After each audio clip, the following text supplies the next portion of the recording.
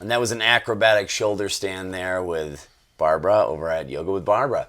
And here we are with Miss Judy Kohin, the executive director of the AHA School, soon to be a new AHA School, which we're going to talk about. But before we get into that, we want to ask Judy the thing that we ask all of our guests here, which you may have been on and told us this before, but we need to know how you got here. How I got to How are you of Telluride? How long? So I moved here in 1985 to work at the Skyline Guest Ranch, which was run by the Farney family and sold a few years ago. But I was a assistant cook to Barclay Durrani, who owns Indian Ridge Farm, or I guess, yeah, she still owns Indian Ridge Farm. And so I came out for that summer and I never left. And you never left, so you've been here for quite some time. I have. Now, you did a tour of duty at the AHA early on, didn't you? Yeah, so I started at AHA in 91. That's right. 1991, and I took a little break in 2006 for a few years. I came back and just ran the bookbinding program for a few years, and then I took another little break, and I've been back full-time since 2012. And since that time, within your time, the AHA will have moved buildings twice now, right? So did you guys move from the Silver Bell building? So we started in the Strong House. The Strong House, okay. Yes, we started in the Strong House, renovated that in 1990, moved in 91, and then we moved to the Silver Bell in 93. And then in 2000, we purchased the Stone Building on Willow Street. Mm-hmm. So we have an operation there, bookbinding. And then in 2007, we moved to the Depot. And now... Which was a restaurant at the time, right? You know what? It wasn't anything at the time. Okay, so Harmon's it was in between Harmon's, the brew pub, and then Harmon's. And then there was nothing going on in the AHA at the time. It was 2007 or 6. And we purchased it. And so... We've been there since 2007, so 12 years. And purchased it is a light term because whenever you purchase anything here, particularly in these areas, it's quite expensive and it takes a while to pay off. You paid it off. Right. You paid off the Depot, right? So we paid off the Depot in 2014, and then we started the plans for the renovation of the facility. Which is really exciting.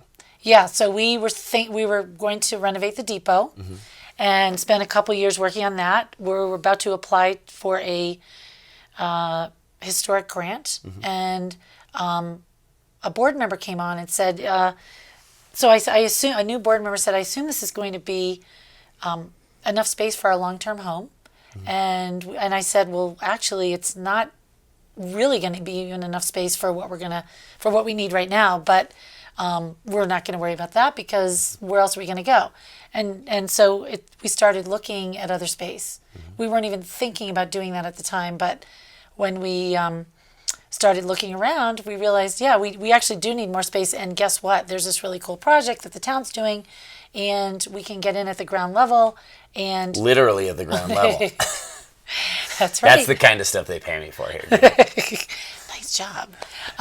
So anyway, so we the idea of renovating the Depot, we would have to move out for probably a year and a half while we were renovating. Which is pretty difficult if anybody walks into your school during the middle of the summer. Yeah, so there were a lot of issues with staying in the Depot. The biggest one is we'd have to move out. We'd have to close our operations or move to another space, which that would have been really difficult. And also we needed more space. The Depot has 6,700 square feet. We've been growing our Telluride Painting School. We didn't really know where that was going to go. We were thinking there would be an alternate site for that, and we hadn't even started exploring that. So in addition to renovating the Depot, we'd have to look for another space just to have our painting classes because we wanted a dedicated painting space. And the town had this parking garage complex and something above it, affordable housing that they needed right in the core. Yep. Right. So they were sort of looking for a community partner for that building. And they didn't approach us because they thought we were all set in the Depot. And until we, started looking around town and actually went to the town of Telluride and said, hey, you have some property, doing any cool projects? And they said, yeah, actually, we have this great project. Boy, you would be a great partner because you own a property, you can sell that, and you would have enough money to purchase this new piece.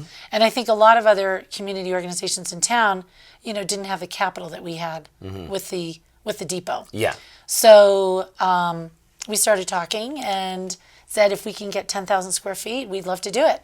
And actually, it was a pretty smooth and easy process with the town. They said, "Yeah, you're a great partner." They didn't really want to chop up their commercial space into a lot of little offices or whatever, and so they were looking for one community partner for that space. And when you look now, Chris Kwasniewski, who Yes. works for you, and Jess Newlands, who also works for you. Yes. I'm just going to mention their names because Chris and Jess very nicely showed me the plans the other day, which Right. is this multi-page thing, and they went through it because they've been in a lot of the meetings for those Yeah. plans, right? And that's taken you how long? Like a year to do the planning on that? Over that? Oh, no, a lot longer than that. We started the planning in 2016, late 16, working with an architect. It's been really intense the last year.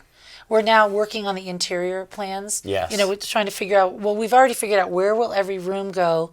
And then now we're looking at furniture and fixtures and, treatments, Yeah. those kinds of things. Well, so let's talk about some of the highlights. Like, for instance, the school now, one of the issues is that people don't, I'm inside baseball because I do teach there sometimes, but one of the issues now is that every time you guys move into a different room and those kind of things, there's not really a lot of storage space in that room. It was a depot and a restaurant, basically. So there's a bunch of sinks in it, but there's not a lot of storage space, right? And you need a lot of storage space for art projects. Right. The main issue is moving like tables and all of the things that you happens, need, just yes. the basic things you need for the class. Not every room has a sink, actually. So, for instance, our gallery, which is the largest room in the school right now, it's about 1,000 square feet. It doubles as a gallery and the painting class. We just had a class start today for 3 days with a visiting artist from Virginia, a 3-day painting class. Well, they're in the gallery, which is a fabulous space. It opens out onto the deck. There's actually not a sink right in that room. And so we have to schlep everything in that we need. We have to cover the floor. We have to bring in the tables. And we have to adjust the lights. So having a space where every room has been thoughtfully created for Yes. that media that you want to use, whether it's ceramics or painting or Yes. encaustic. Every room is carefully being planned out with the storage and drawers and sinks and Yes. ventilation, and it's going to be I saw you have amazing. storage like along the walls in the main spaces. You have a shower for your employees, right? You have like a tiny little like sort of space where the employees have cubbies and those kind of things. Well, it's a concern now when you build things, right? Because people don't all live in the town core anymore. Yeah, that's right. Sometimes we're going from working all day in our art classes to, oh my gosh, we have an event and someone needs to take a quick shower. So yeah, we have that. We're putting in a beautiful cooking school on the second floor that's going to be featuring classes for food and wine.